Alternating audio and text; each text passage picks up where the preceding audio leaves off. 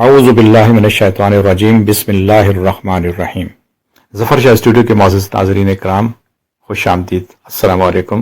امید ہے آپ لوگ خیریت سے ہوں گے اور پیارے نبی صلی اللہ علیہ وسلم کی پیاری پیاری باتیں آپ کو فرحت بخشتی ہوں گی۔ عزیزان گرامی، آپ سے درخواست ہے کہ اگر آپ ہمارے چینل پر نئے ہیں تو چینل کو سبسکرائب کر کے بیل آئیکن کو پریس کر دیں تاکہ اس سلسلے کی تمام ویڈیوز کی نوٹیفیکیشنز آپ کو بر وقت ملتی رہیں۔ اگر ویڈیو پسند آئے تو لائک اور شیئر ضرور کر دیں۔ آپ کے کمنٹ ہمارے لیے بہت اہمیت کے حامل ہیں، ان سے ہمیں رہنمائی بھی ملتی ہے اور ہماری حوصلہ افزائی بھی ہوتی ہے۔ تو پیارے دوستو، دادا کی طرح آپ صلی اللہ علیہ وسلم کے چچا ابو طالب بھی آپ پر جان چھڑکتے تھے۔ وہ آپ صلی اللہ علیہ وسلم کو اپنی اولاد سے بھی زیادہ عزیز رکھتے تھے۔ چچا بھتیجے کے پیار کا یہ عالم تھا کہ حضور صلی اللہ علیہ وسلم کافی عرصہ ابو طالب کے ساتھ ہی سوتے رہے۔ دونوں کو ایک دوسرے سے جدائی گزارا نہ تھی۔ ابو طالب جہاں بھی جاتے حضور صلی اللہ علیہ وسلم کو ساتھ لے جاتے۔ قریش اصلت کاروباری لوگ تھے، وہ کسی نہ کسی طور تجارت کی طرف مائل رہتے تھے۔ چنانچہ جب آپ صلی اللہ علیہ وسلم 12 برس کی عمر کو پہنچے تو چچا نے تجارت کی غرض سے شام روانہ ہونے کی تیاری شروع کی۔ ان دنوں سفر انتہائی کٹھن اور پرخطر ہوا کرتا تھا، اس لیے ابو طالب حضور صلی اللہ علیہ وسلم کو ساتھ لے جانے سے کتراتے تھے، مگر چہیتے بھتیجے نے بہت ضد کی اور آپ سے لپٹ گئے تو آپ نے آخر ان صلی اللہ علیہ وسلم کی بات مان لی۔ چنانچہ آپ صلی اللہ علیہ وسلم چچا کے ہمراہ تجارتی قافلے میں شامل ہو گئے اور سفر کرتے کرتے شام کے جنوب میں واقع شہر بصرہ تک جا پہنچے۔ بصرہ میں یہ قافلہ ایک گرجا کے قریب ٹھہرا۔ اس گرجے کے راہب کا نام بحیرہ تھا۔ اس نے جب آپ صلی اللہ علیہ وسلم کو دیکھا تو ابو طالب کو بتایا کہ عیسائیوں کے مذہبی کتابوں میں پیغمبر کی پہچان کی جو معیاری نشانیاں درج ہیں وہ تمام کی تمام اس کے 12 سالہ بھتیجے کے روشن چہرے پر نمایاں ہیں۔ بحیرہ کو اندیشہ تھا کہ شام کی فتنہ پرواز یہودی نبوت کی ان واضح نشانیوں کو فوراً بھانپ لیں گے اور آپ صلی اللہ علیہ وسلم کو نقصان پہنچانے کی کوشش کریں گے۔ اس لیے اس نے اہل قافلہ کو مشورہ دیا کہ محمد صلی اللہ علیہ وسلم کو آگے نہ لے جایا جائے۔ ابو طالب نے صورتحال کی نزاکت کے پیش نظر راہب بحیرہ کا مشورہ تسلیم کر لیا۔ چنانچہ انہوں نے شام میں اپنا تجارتی سامان جلدی فروخت کر دیا اور آپ صلی اللہ علیہ وسلم کو لے کر مکہ لوٹ آئے۔ اس سفر میں حضور صلی اللہ علیہ وسلم نے مناظر قدرت کا جی بھر کے مشاہدہ کیا، انسانی زندگی کے مختلف پہلوؤں پر سوچ بچار کیا اور کم عمری کے باوجود مختلف مذاہب کے اکابر سے تبادلہ افکار بھی کیا۔ وہ سب لوگ آپ صلی اللہ علیہ وسلم کی فہم و فراست سے بے حد متاثر ہوئے۔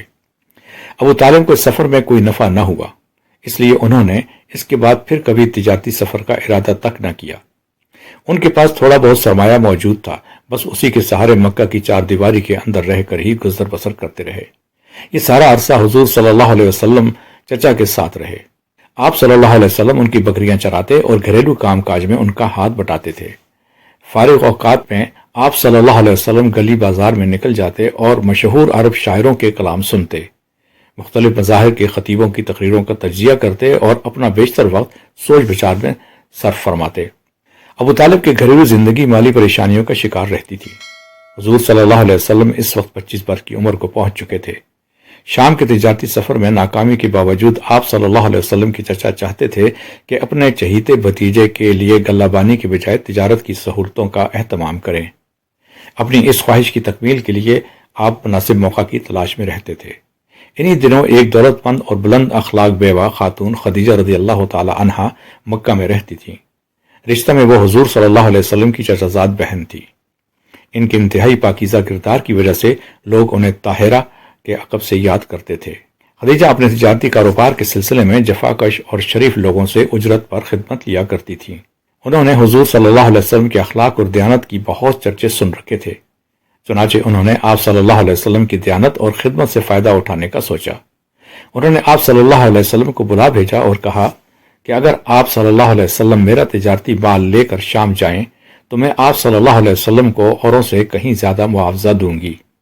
آپ صلی اللہ علیہ وسلم نے اس اچھی کاروباری پیشکش کو قبول کر لیا تو خدیجہ نے اپنے مال کے ساتھ اپنا غلام میسرہ بھی آپ کے ہمراہ روانہ کر دیا۔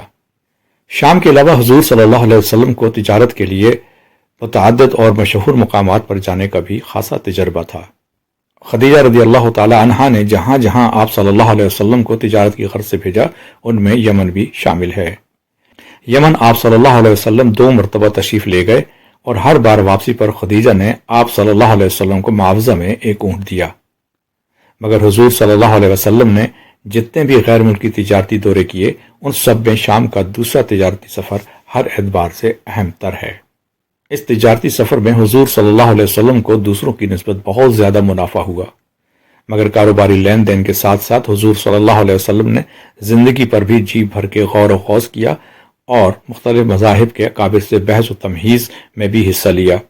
سفر کے دوران خدیجہ کا غلام میسرہ بھی آپ صلی اللہ علیہ وسلم کی فہم و فراست اور محنت و دیانت کا گردیدہ ہو چکا تھا۔ واپسی پر آپ صلی اللہ علیہ وسلم نے سفر کے رویداد اور تجارتی منافع کا سارا حساب کتاب خدیجہ کو پیش کر دیا۔ خدیجہ رضی اللہ تعالی عنہا آپ صلی اللہ علیہ وسلم کی دیانت اور فراست سے بے حد متاثر ہوئیں۔ بعد میں میسرہ نے بھی ان سے حضور صلی اللہ علیہ وسلم کے بلند اخلاق اور نیک عادات کی تعریف کے پل باندھ دیے۔ میسرہ نے تو یہاں تک کہہ دیا کہ سیرت و کردار اور لیاقت و دیانت کے اعتبار سے مکہ کا کوئی بھی نوجوان آپ صلی اللہ علیہ وسلم کا ہم پلہ نہیں۔ ان تمام باتوں سے خدیجہ رضی اللہ تعالی عنہا کے دل میں حضور صلی اللہ علیہ وسلم سے محبت اور عقیدت کی راہ ہموار ہو گئی۔ کاروبار میں صحیح لین دین اور تجارتی معاملوں کو فہم و تدبر سے چلانے سے حضور صلی اللہ علیہ وسلم کو بھی مسرت اور گناگوں اطمینان نصیب ہوا۔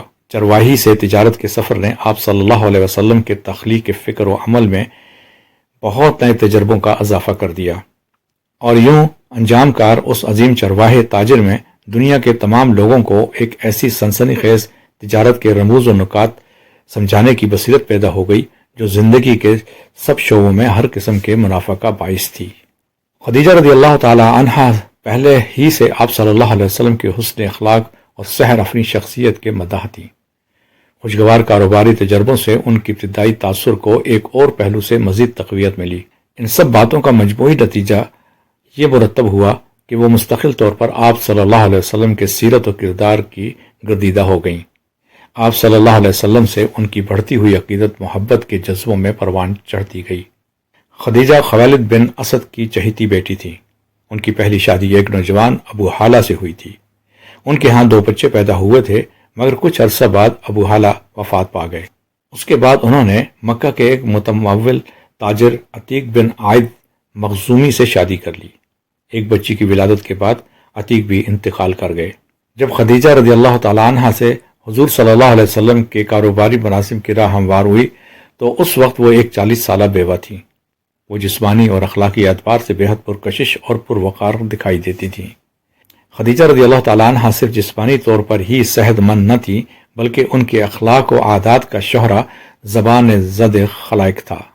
چنانچہ اسی غیر معمولی اخلاقی پاکیزگی کی وجہ سے انہیں مکہ بھر میں طاہرہ یعنی پاکیزہ خاتون کے معزز لقب سے یاد کیا جاتا تھا۔ قبیلہ قریش کے کئی چوٹی کے سرداروں نے آپ سے شادی کی خواہش کا اظہار کیا تھا، مگر آپ نے ان سب تجویزوں کو مسترد کر دیا تھا۔ انہیں حضور صلی اللہ علیہ وسلم کی عالی ظرفی اور حسن اخلاق ہی متاثر کر سکے تھے۔ خدیجہ کی طرح حضور صلی اللہ علیہ وسلم بھی اپنی غیر معمولی دیانت و امانت کی وجہ سے امین یعنی قابل اعتماد کے معزز لقب سے شہرت حاصل کر چکے تھے۔ اسی لیے طاہرہ نے امین ہی سے شادی کا تہیہ کر لیا۔ اس زمانے کے مروجہ رسم و رواج کے مطابق عورتوں کو اپنے ازدواجی معاملات طے کرنے میں مکمل خود بختاری حاصل تھی۔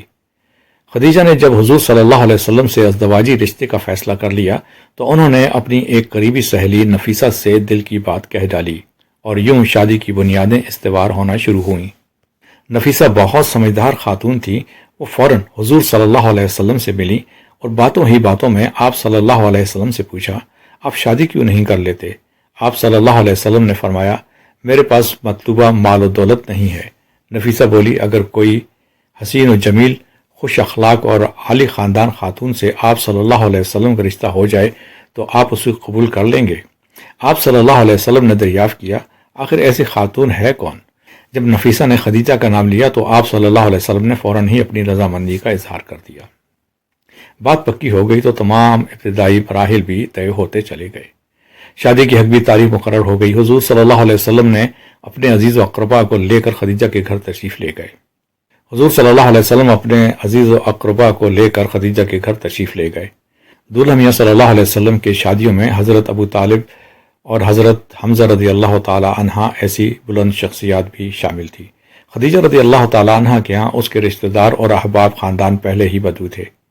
چنانچہ ایک عظیم نکاح کی پرمسرت تقریبات کا سلسلہ شروع ہوا۔ جناب ابو طالب نے خطبہ نکاح پڑھا۔ حضرت خدیجہ رضی اللہ تعالیٰ عنہ کا حق مہر 20 جوان اونٹیاں مقرر ہوا۔ عرب دستور کے مطابق شادی کے بعد آن حضور صلی اللہ علیہ وسلم نے خدیجہ رضی اللہ تعالیٰ عنہ کے ہاں سکونت اختیار کر لی۔ ازدواجی زندگی کے آغاز سے ذاتی غور و فکر اور عوامی فلاح و اصلاح کے کاموں میں حضور صلی اللہ علیہ وسلم کی دلچسپی میں مزید اضافہ ہوتا چلا گیا۔ حضور صلی اللہ علیہ وسلم اور حضرت خدیجہ رضی اللہ تعالیٰ عنہ کی عمر میں پورے 15 برس کا فرق تھا۔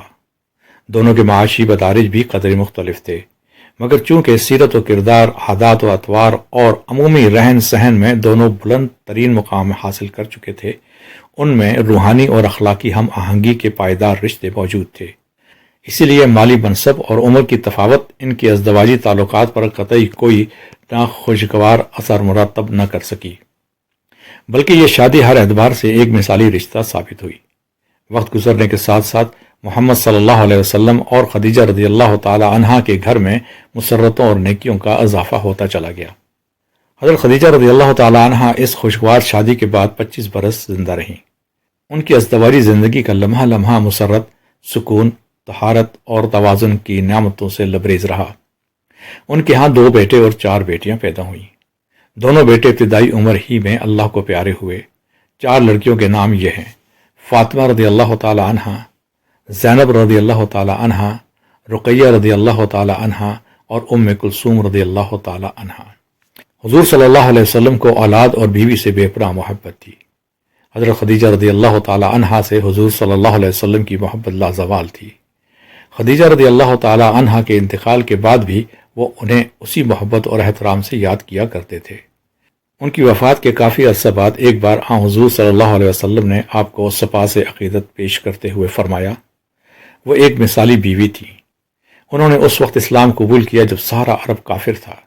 انہوں نے اپنی ساری دولت مجھ یعنی میرے مشن پر نچھاور کر دی۔ حضور صلی اللہ علیہ وسلم حضرت خدیجہ رضی اللہ تعالی عنہا کے عزیز و اقارب سے بھی ہمیشہ کمال حسن سلوک سے پیش آتے تھے۔ چنانچہ ان کی وفات کے بعد جب بھی ان کے رشتہ دار یا سہیلیاں آپ صلی اللہ علیہ وسلم کی خدمت میں حاضر ہوتیں تو آپ صلی اللہ علیہ وسلم ان سے انتہائی احترام اور شفقت سے پیش آتے۔ خانہ کعبہ مسلمانوں کی مقدس ترین عبادت گاہ ہے۔ خانہ کعبہ مسلمانوں کی مقدس ترین عبادت گاہ ہے۔ سب سے پہلے اسے دنیا کے سب سے پہلے انسان اور سب سے پہلے پیغمبر حضرت آدم علیہ السلام نے تعمیر کیا تھا۔ حضرت جبرائیل علیہ السلام جنت سے ایک بڑا سیاہ پتھر لے آئے تھے جسے اس عمارت میں نصب کر دیا گیا تھا۔ یہ پتھر جسے حجر اسود کہتے ہیں آج کل کعبہ کے جنوب مشرقی دیوار میں نصب ہے۔ حضرت نوح علیہ السلام کے دور میں طوفان سے اس عظیم عمارت کو بہت نقصان پہنچا اور اس جگہ فقط ایک ٹیلہ سا باقی رہ گیا تھا۔ حضرت ابراہیم علیہ السلام اور اس کے نامور فرزند حضرت اسماعیل علیہ السلام نے خدا کے حکم کی تعمیل میں کعبہ کی تعمیر نو کی۔ خانہ کعبہ کو کئی ناموں سے یاد کیا جاتا ہے: بیت اللہ اللہ کا گھر، بیت الحرام پاکیزہ گھر، مسجد الحرام پاکیزہ مسجد وغیرہ۔ ان سب ناموں سے ایک بات واضح ہوتی ہے کہ یہ عبارت بے حد مقدس ہے اور صرف ایک اللہ کی عبادت کے لیے بنائی گئی ہے۔ خانہ کعبہ کا احترام نامعلوم وقتوں سے ہوتا چلا آ رہا ہے۔ ہر دور میں لوگ یہاں حج اور عمرہ کرتے رہے ہیں۔ تاہم حضور صلی اللہ علیہ وسلم کی نبوت سے کافی عرصہ پہلے روحانی تنزلی کی وجہ سے کعبہ بت پرستی کے مرکز میں تبدیل ہو گیا تھا۔ آپ صلی اللہ علیہ وسلم کی بعثت سے پہلے اس میں 360 بت نصب ہو چکے تھے۔ ہر عرب قبیلے کا اپنا علیحدہ بت ہوتا تھا اور وہ لوگ اسی کی پوجا کرتے تھے، مگر روحانی انحطاط کے ہر دور میں بھی کچھ لوگ ایسے ضرور ہوتے تھے جو بتوں کے آگے سر جھکانے سے انکاری تھے۔ حضور صلی اللہ علیہ وسلم کا شمار بھی اسی قسم کے دانا لوگوں میں ہوتا تھا۔ خانہ کعبہ مکہ مکرمہ کے ایک ایسے نشیبی علاقے میں واقع ہے جہاں پرانے زمانے میں بارش اور سیلاب کا پانی جمع ہو جایا کرتا تھا۔ اس سے اس کی دیواریں اور اندرونی حصے کو کافی نقصان پہنچتا تھا۔ پانی کی روک تھام کے لیے اس زمانے میں خانہ کعبہ کے باہر ایک بند بنوایا گیا تھا، لیکن یہ بند بھی پانی کے ریلوں کے آگے نہ ٹھہر سکا اور بار بار ٹوٹنے کے بعد آخرکار بالکل منہدم ہو گیا، جس کے بعد عمارت کو زیادہ نقصان پہنچتا رہا۔ ہوتے ہوتے صورتحال اس قدر بگڑ گئی کہ ایک زمانے میں یوں دکھائی پڑنے لگا جیسے کعبہ کی خستہ عمارت عنقریب دھڑام سے آ گرے گی۔ اہل مکہ اس صورتحال سے بہت پریشان رہتے تھے۔ وہ کعبہ کے خستہ اور بوسیدہ حصوں کو گرا کر انہیں از سر نو تعمیر کرنا چاہتے تھے۔ لیکن بات یہ تھی کہ ایام جاہلیت سے ان کے ہاں یہ توہماتی تصور چلا آتا تھا کہ خانہ کعبہ کا کوئی حصہ گرانے سے خدا کا عذاب نازل ہوتا ہے، اس لیے کسی کو بھی مرمت کا حوصلہ نہیں پڑتا تھا۔ ادھر مسلسل سیلابوں اور شہر سے آنے والے پانی نے کعبہ کی فصیل کو اس قدر کمزور کر دیا تھا کہ فوری مرمت ناگزیر ہو گئی تھی۔ حضرت صلی اللہ علیہ وسلم طبعاً بےحد خلیق اور بلنسار تھے۔ آپ صلی اللہ علیہ وسلم اجتماعی اور فلاحی معاملوں میں اہل مکہ کے ساتھ مل جل کر رہتے تھے۔ آپ صلی اللہ علیہ وسلم کو بھی خانہ کعبہ کی خستہ کا فکر دامنگیر رہتا تھا، بلکہ اس عوامی تشویش کا احساس آپ صلی اللہ علیہ وسلم کو سب سے زیادہ لاحق تھا۔ خانہ کعبہ کی تعمیر نو کو اولیت ملنے میں کئی باتوں کا دخل ہے۔ کعبہ کے وسط میں ایک کنواں ہوتا تھا، زیارت کے لیے آنے والے اس کنویں میں اپنے نذرانے پھینک دیا کرتے تھے۔ ایک دفعہ کسی نے اس کنویں سے کئی قیمتی اشیاء چرا لی۔ چور کو چوری میں اس لیے بھی آسانی ہوئی کہ کعبہ کی دیواریں نیچی بھی تھیں اور کچی بھی، ان پر کوئی چھت بھی نہ تھی۔ بہت تگ و دو کے بعد چور پکڑ لیا گیا، جرم کی پاداش میں اس کے دونوں ہاتھ کاٹ دیے گئے، مگر نذرانوں والے کنویں سے مال و دولت کو مزید چوریوں سے بچانے کے لیے خستہ دیواروں کو گرا کر پختہ دیواریں بنانا اور ان پر چھت تعمیر کرنا پہلے سے کہیں زیادہ ناگزیر دکھائی دینے لگا۔ اس کے علاوہ ایک دلچسپ واقعہ بھی اس کام پر فوری توجہ کا سبب بن گیا۔ کعبہ کے کنویں میں ایک پھندار ناگ بھی رہتا تھا۔ وہ دن کے وقت کنویں سے نکل کر کعبہ کے منڈیر پر بیٹھ جاتا اور مزے سے دھوپ سینکا کرتا تھا۔ اگر کوئی شخص اس کے نزدیک جانے کی جسارت کرتا تو وہ پھن پھیلا پھیلا کر خوفناک پھنکار کرتا اور ڈسنے کو لپکتا، جس سے سب لوگ بھاگ کھڑے ہوتے۔ مرمت اور تعمیر نو کا کام شروع ہونے میں اس ناگ کا خوف بھی حائل تھا، مگر پھر ہوا یوں کہ ان ہی دنوں ایک بڑا عقاب اڑتے اڑتے ادھر آ نکلا۔ وہ بجلی کی طرح ناگ پر لپکا اور اسے دبوچ کر لے اڑا۔ یہ واقعہ اس قدر دلچسپ اور معنی خیز تھا کہ ایک شاعر زبیر نے اس پر بڑے خوبصورت شعر بھی لکھے۔ ناگ کے خاتمے کے بعد لوگ یوں محسوس کرنے لگے جیسے خانہ کعبہ کی تعمیر نو کے لیے خدا نے ان کا راستہ صاف کر دیا ہے۔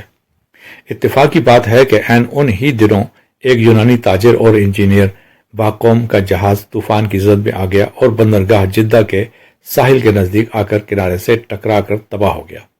باقوم اپنے وقت کا ہنرمند انجینئر تھا، اسے معماری اور نجاری میں بھی دسترس حاصل تھی۔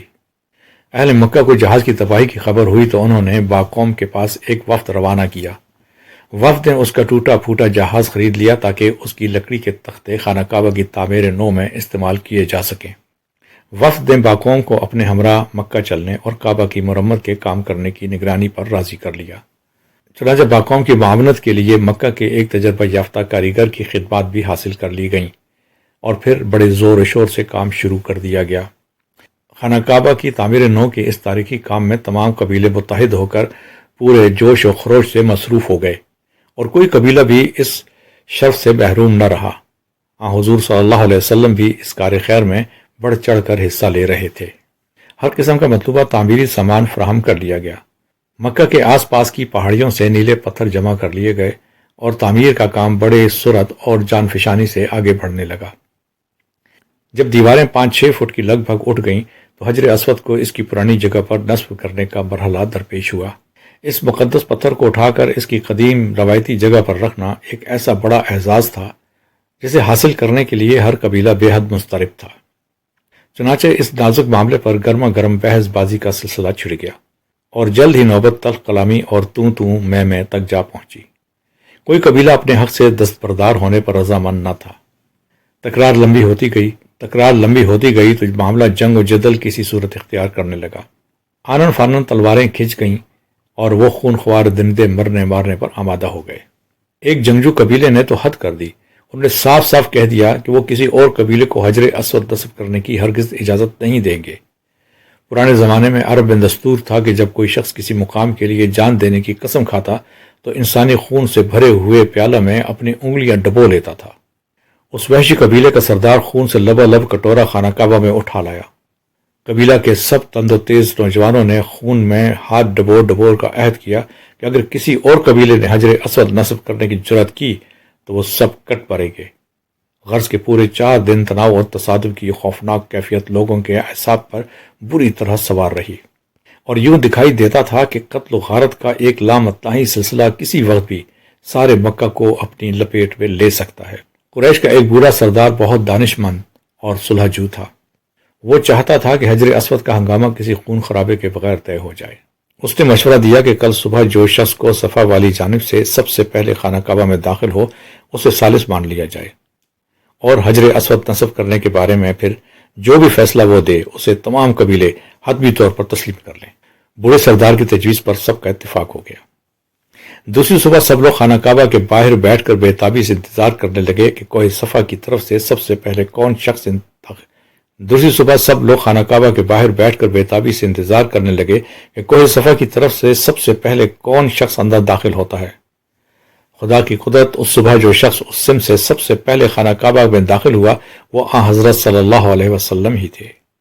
حضور صلی اللہ علیہ وسلم کا احترام تو سبھی کرتے تھے، بلکہ یہاں تک کہ اصل نام پکارنے کے بجائے آپ کو احتراماً امین اور صادق کے معزز ترین القابوں سے یاد کیا جاتا تھا۔